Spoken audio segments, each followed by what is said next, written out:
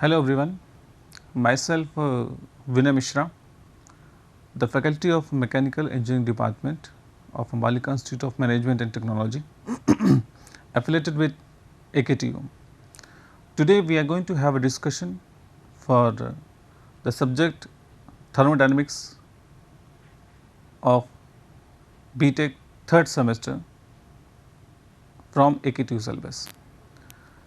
In our previous lecture, we have talked about some thermodynamics aspects like first law of thermodynamics, second law of thermodynamics, entropy, the concept of entropy, how the entropy is related to our life, how the entropy changes for the universe, and about availability, about available energy, about unavailable energy we have talked about.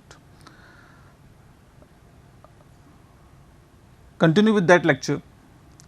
Today we are going to have a same discussion for the concept of entropy and the second law of efficiency in the context of thermodynamics. So, as we have learned that what is available energy and what is unavailable energy. We have seen this definition, the maximum amount of useful work that can be obtained from the system such that the system comes to a dead state. That means, the maximum amount of useful work that can be extracted from the given amount of heat, the maximum amount of useful work, I am using the word useful, the maximum amount of useful work that can be extracted from the given amount of heat input, that is said to be available energy when the system reduces at its dead state condition. About this we have talked about. Now, dead condition state, the dead state meaning the kind of equilibrium is there, the kind of equilibrium in between the system and surrounding is there. That means, mechanical equilibrium, thermal equilibrium and chemical equilibrium. So, we can say the kind of thermodynamic equilibrium is there in between the system and surrounding. In that condition, the maximum amount of work extracted from the system itself, that is known as available energy. Now, if the maximum amount of work is there, if the maximum amount of work is extracted from the system, then basically we have the two parts of the heat given. That means, if the given amount of heat is being given to the system, that must be divided into two parts. The first one is your the useful work and the second one is your unuseful, or we can say which is rejected in nature. Now, work output and heat rejected, that means this Q1 is being divided into two parts. The first one is the work output, the second one is the heat rejected. If this one is maximum, if work output is maximum, we can say that the rest amount of heat, the rest amount of energy is being minimum, because it is being divided into two parts. The first one is this, the second one is this one. So, if it is maximum, this must be minimum in nature. This maximum is said to be available part of energy, and this the part of energy is said to be unavailable part. So, if we talk about the nature, if we talk about the universe, if we talk about earth, then in our current scenario, the problem is associated with the availability of energy. We say that there is energy crisis, but one of the most important thing that I need to tell you that there is nothing like energy crisis exist in our earth, because the earth consists of infinite form of energy, we can say. We are using the word infinite in the sense we are having energy resources in a large number.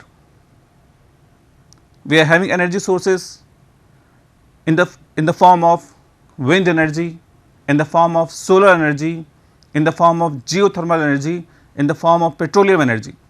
There is nothing like energy crisis exist for earth, because the earth is having sufficient amount of energy content into it, but the problem is associated with the available part of energy, because still the large amount of energy is there, but in large amount of energy we are only concerned for the utilization part of energy that can be utilized, that can be useful for us. That means that useful energy we are having basically crisis of that kind of useful energy. So, we can say we will never use the word like there is energy crisis, no, definitely not. We are having the energy crisis in terms of available energy, because we are having large amount of energy, but the kind of energy we can extract, the kind of useful energy, basically we are having the problem with that. Okay. So, we can say that there is a available part of energy crisis exists in earth. For example, the main source of our energy is solar energy, we can say, but the part of solar energy we can utilize, that is only 7 to 8% or more or less equal to that one. So, only we can use the small part of energy, the small part of solar energy, the rest of the energy is being rejected, or we can say is of no useful. So, we will never use the word, we will never say that the energy crisis are there, energy crisis is there, definitely not. We are not having energy crisis, we are having a sufficient amount of energy, we are having sufficient amount of energy resources with us, but the problem is associated with the utilization, the problem is associated with the useful extraction of work from that available part of it, from that energy. So, definitely we can say that the kind of energy crisis, if we talk about the energy crisis, that we are in that condition, we are considering the available part of energy, not unavailable part of energy. So, okay. So, this one is the maximum work output, that is said to be available part of energy, and of course, if it is maximum, this must be minimum, this must not be equal to 0, because as per Kelvin Planck statement, this must not be equal to 0. Of course, there should be some rejection. Now, this rejection is minimum, and this amount of minimum rejection is known as unavailable part of energy. Okay. Minimum energy that is rejected from the system as per second law is known as unavailable part of energy. Now, about second law of efficiency. See, as per definition, the second law of efficiency is defined as the ratio of the actual thermal efficiency to the maximum possible reversible thermal efficiency under the same condition for heat engine we are talking about. Okay. So, basically the second law of efficiency deals with the ratio of actual thermal efficiency to the maximum possible thermal efficiency of the system for the same condition we are talking about the heat engine. See, if we talk about efficiency, the first law of efficiency and the second law of efficiency, then we see that the second law of efficiency deals with the quality, deals with the quality output, deals with the quality performance of the system itself, and the first law of efficiency, which we have already discussed, that deals with the quantity of performance what we are getting from the system itself. In case of second law of efficiency, definitely the term second law of efficiency says that how much the performance is there for that particular system if we are talking about its quality, not quantity. Okay. In the same, we can say that it is basically the ratio of actual performance to the maximum performance. Okay. If in particular field, suppose take the example of myself, I can perform 70% with the best of my performance. I can perform in my life 70% with the best of my performance. In that condition, if I will perform 60%, that means and in second case, if I perform only 20%, in that case the 60% the performance is my quality as compared to my performance at 20% with respect to my maximum performance that was 70%. I am going to explain you with some example of this second law of efficiency. This is basically your engine, this is basically your heat engine. The T1 is the temperature of source, the temperature of reservoir. I am using the word reservoir. Just see, in most of the time I will be using the word reservoir for this one, this one, this one, this one. That means reservoir is something in which the temperature of the body remain constant even if the kind of heat rejection is there. In reality, if a certain amount of heat is being rejected from the system, in that condition the temperature goes down, but reservoir, we are assuming that it is a reservoir. If we are using the word like reservoir, that means the temperature of this body remain constant even if the rejection of heat is there. Even if the rejection of heat is there, Q1, still the temperature remain constant. So, we can say it is a reservoir. In the second one, if this is a sink which is at temperature T2, this is also same working as a reservoir, because we assuming that its temperature remain constant even if the amount of heat is being continuously added to the system itself. Here you can see the amount of heat added, that is equal to Q2 continuously to the system itself, and still its temperature remain constant.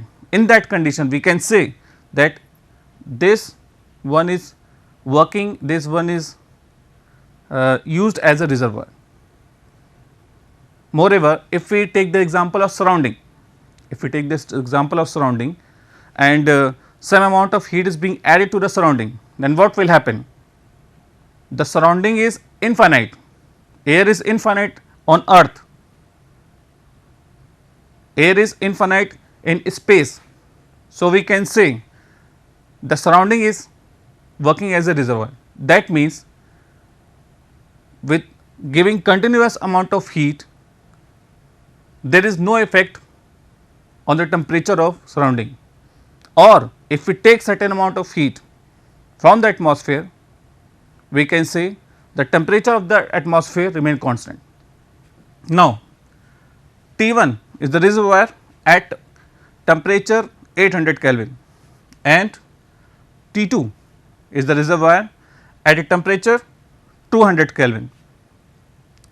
Q1 is the amount of heat added to the system, that must be equal to 600 kilojoule.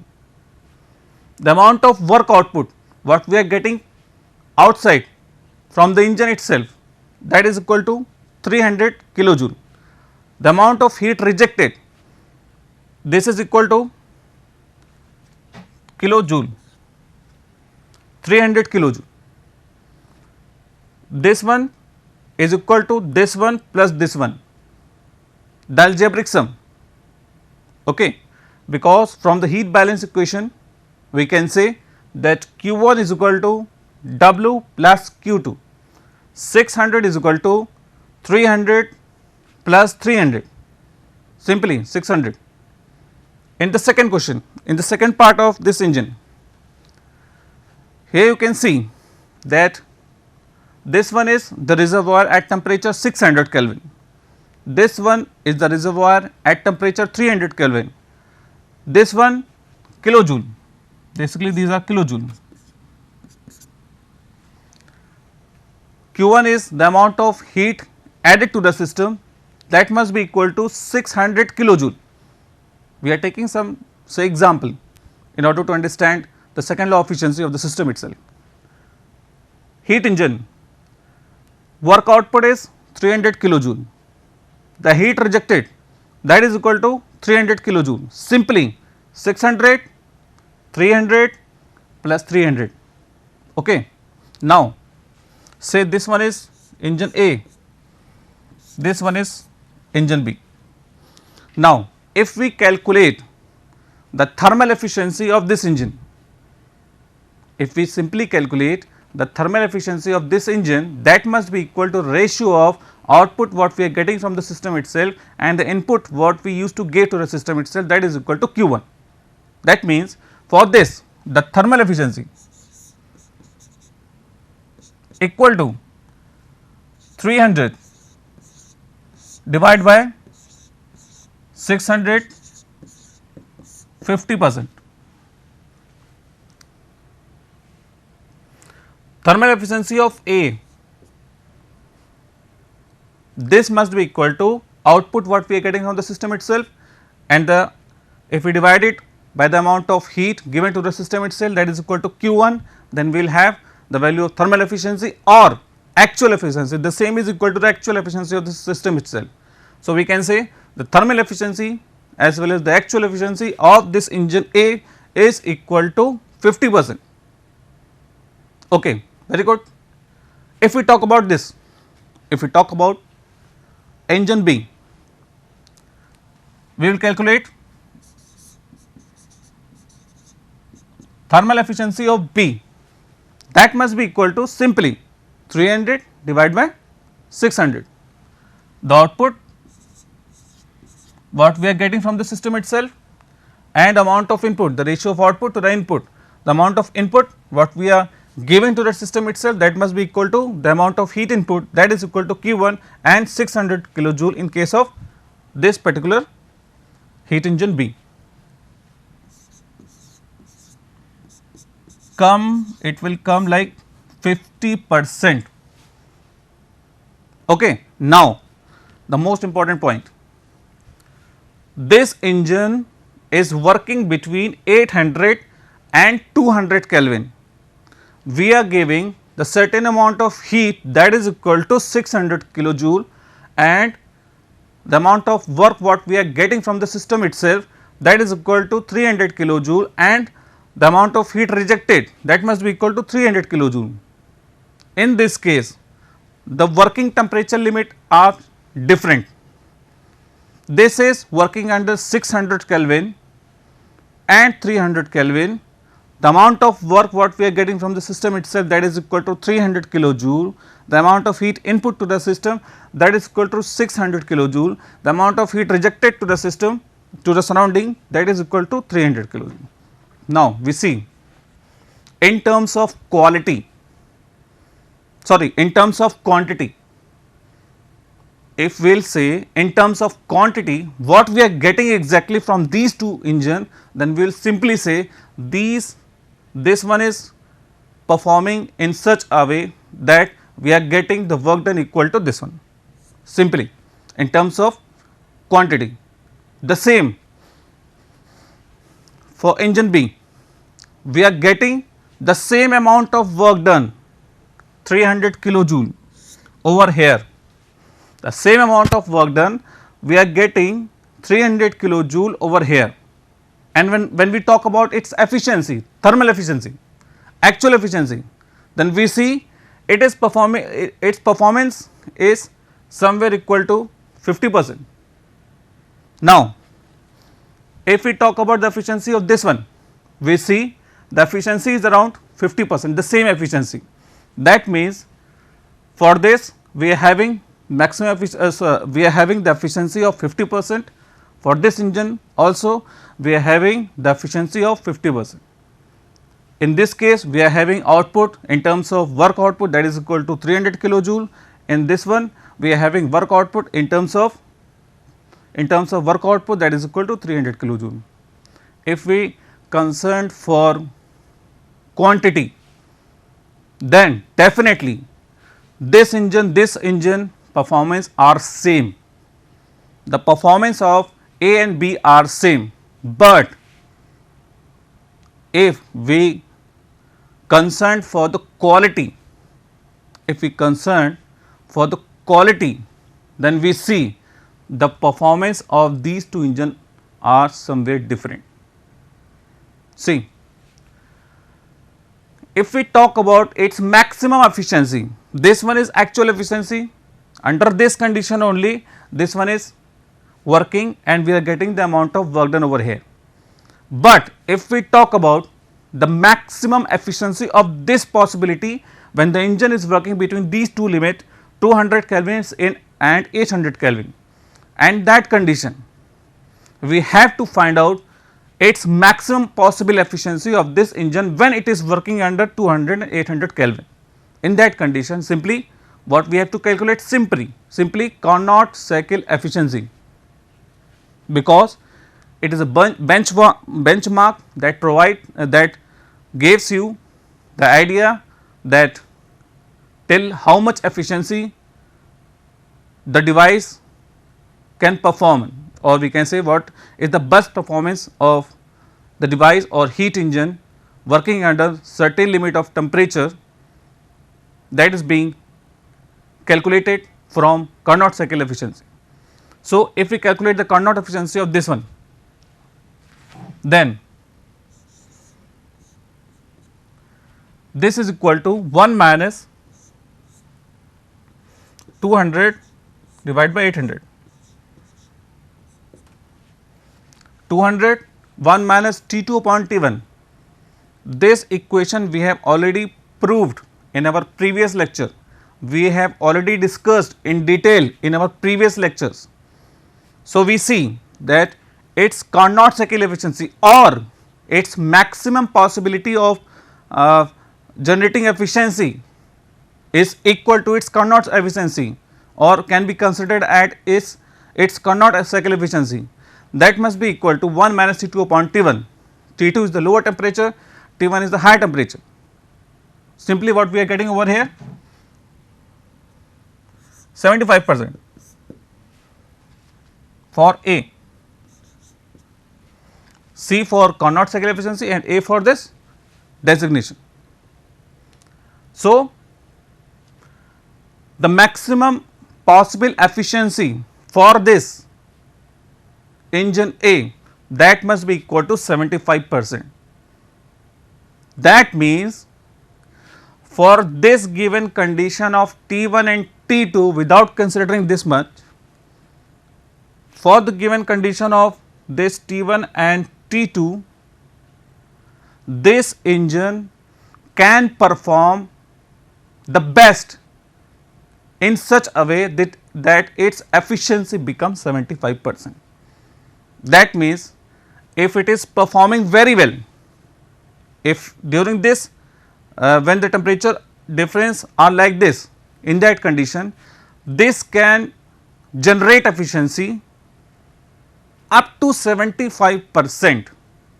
Now, here if we talk about B and we find out the efficiency of this engine in terms of Carnot cycle efficiency, or if we find out its maximum efficiency, then this must be equal to 1 minus this upon this.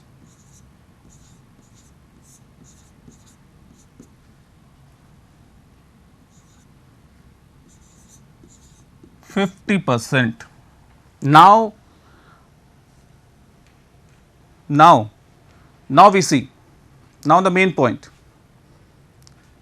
we are having the same amount of output over here, we are having the same amount of actual efficiency over here, we are having same amount of actual efficiency as well as work output 300, thermal efficiency, actual efficiency 50, but if we talk about the maximum efficiency, if we talk about its maximum performance, then we see that it will come around 75%, and if we talk about the performance of B, maximum performance of B up to which it can perform very well,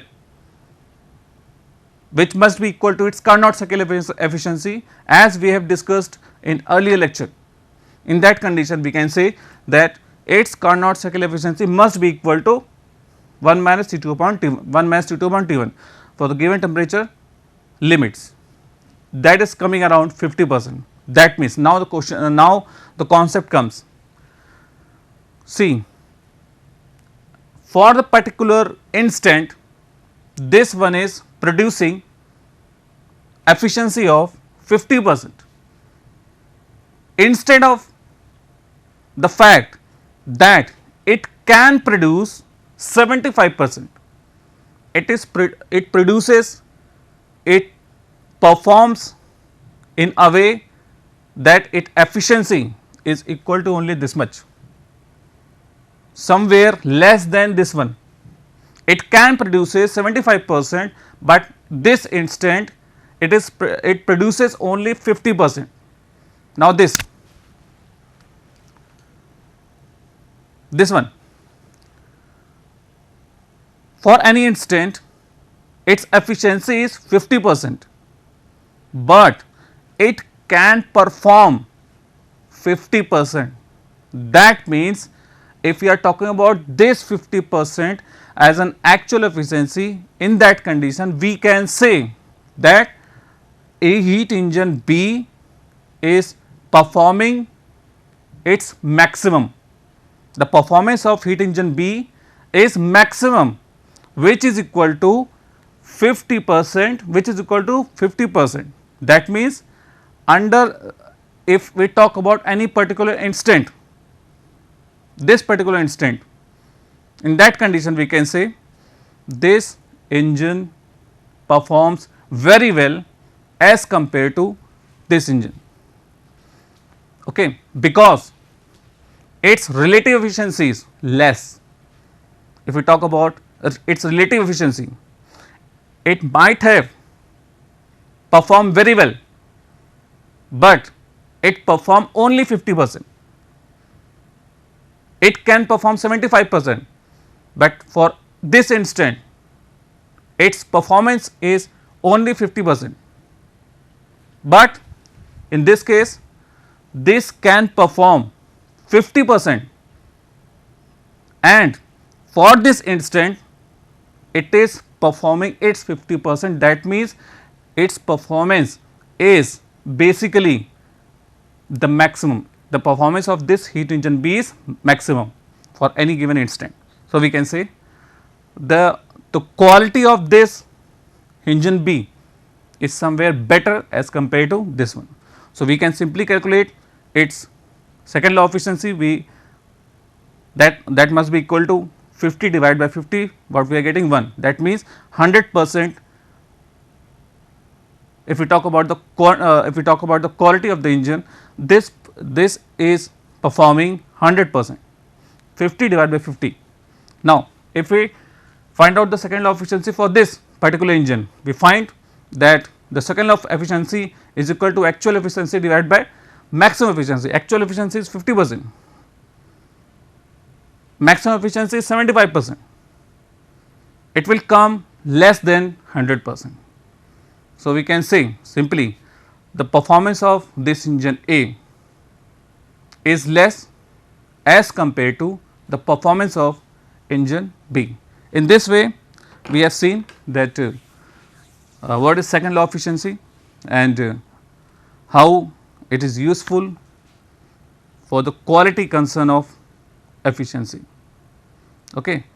So, in coming lectures I will be discussing, we will discuss some more topics related to that. Okay. Thanks a lot.